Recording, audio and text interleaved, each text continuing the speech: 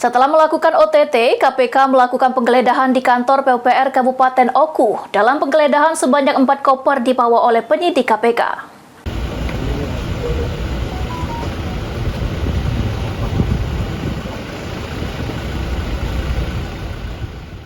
Setelah melakukan OTT, KPK melakukan penggeledahan di kantor PUPR Kabupaten Oku. Penggeledahan dilakukan pada Rabu sekitar jam 9 pagi.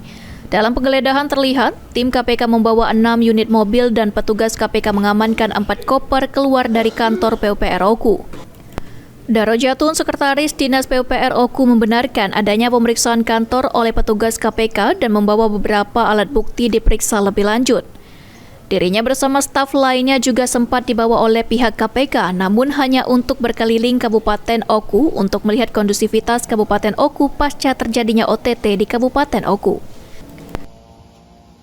Dari KPK, yang mana tujuan mereka datang ke sini tindak lanjut untuk melihat dan memeriksa serta membawa beberapa alat bukti yang mungkin masih diperlukan atau untuk digunakan bagi mereka di dalam proses yang sudah terjadi beberapa hari yang lalu.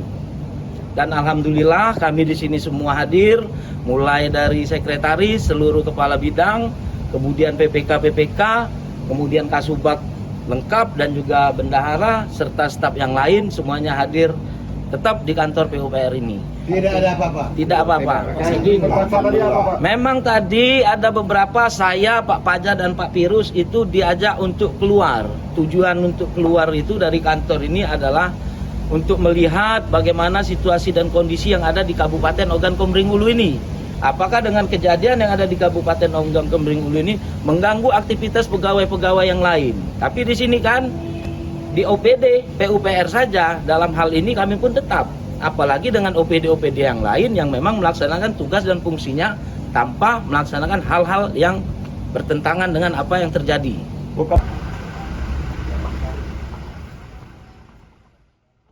Yunin Yuniki, PAL TV.